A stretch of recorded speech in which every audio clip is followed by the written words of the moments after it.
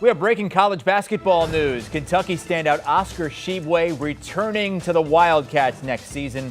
He's the first unanimous National Player of the Year to return to school since North Carolina's Tyler Hansbrough in 2008 put up the best season for a Kentucky Wildcat in a decade since Anthony Davis back in 2012. He had 28 double-doubles, did Tshiebwe, averaged 17 points and a nation-best 15 rebounds per game. Player of the Year and first team All-America. And this news coming on a day when Kofi Cockburn out of Illinois decided to forego his senior season at Illinois and enter the NBA draft. But both of these guys kind of thought of in the same way. Cockburn and Tshiebwe, big guys who don't really fit into what the NBA does these days. And neither one projected as a first-round NBA pick. Cockburn testing the waters, is foregoing his college eligibility. Tshiebwe is returning to Kentucky. Let's bring in Gary Parrish for more on this. Gary, the Wildcats 10-1 favorites to win it all next season after that stunning first-round exit earlier this season at the hands of St. Peter's. What does this do for the Wildcats with Tshiebwe returning? It's obviously a massive development, not just for Kentucky, but for college basketball. Chris, as you know, ever since name, image, and likeness rights became a reality for college athletes, some have bemoaned it and suggested that it's ruining college athletics for reasons that have never made much sense to me. The truth is, it's simply allowing student athletes to profit in ways that they should have been able to profit decades ago. And though it has become a recruiting tool for some, the truth is it's keeping people in college longer than they otherwise might. And I don't think there's any doubt that that is what has happened with Oscar Tshiebwe here. Like you noted, he's not a perfect or even great NBA prospect, though he is a terrific college basketball player. You know, if you watch the NBA playoffs at all, you know how traditional bigs who can't guard in space very well or shoot three-pointers are almost rendered useless. Just last night, Steven Adams, who is a traditional center and the starting big for the Memphis Grizzlies, played 3 minutes in a playoff game because the way he was being exploited by Minnesota was really problematic. Anybody that is a traditional center these days is at risk of that. And it's why it makes them a lesser prospect.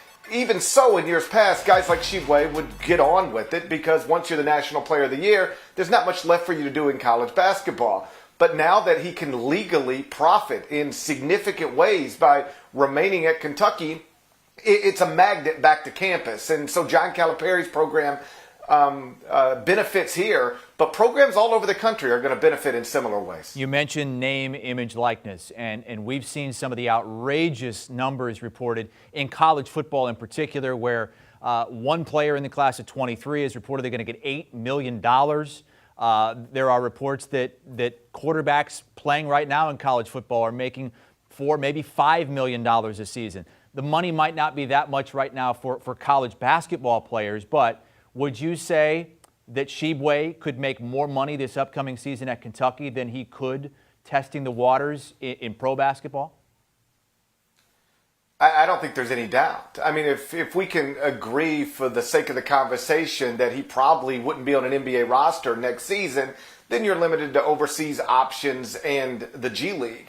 And those things are fine for some people, but when you're choosing between, playing in those types of places with, commercial flights, in row 31 middle seat, playing in arenas filled with nobody. When you're contrasting that with being the face of college basketball at a blue blood program like Kentucky with the ability to profit from name, image, and likeness rights, to me, it's a pretty easy choice. I don't want to put a specific number on what Oscar Tshiebwe is going to be able to make over the next year, but I feel confident telling you it's going to be in the seven figures range. He will be a millionaire college basketball player, and he won't be the only one. And that's why I think as the years move on, really as these weeks move on, more and more players who would otherwise be ready to leave college are going to understand for them there's probably more money to be made in college than playing professionally, if playing professionally means playing somewhere other than the NBA. So Oscar Tshiebwe's announcement is today, And I think most people expect Drew Timme, another All-American, to announce something similar for similar reasons in the coming days or weeks. And Armando Bacot did that last week for North Carolina. The outlier right now is a guy who was also on that first-team All-America team with Tshiebwe, Kofi Cockburn. Why would you say he made the different decision when they kind of have the same outlooks in the pro game? Why do you think Kofi Cockburn decided to go pro and not return, while guys like Tshiebwe and Bacot are returning? It is interesting because you're exactly right. They all have similar profiles in the sense that they're tremendous college players who don't project as terrific NBA prospects.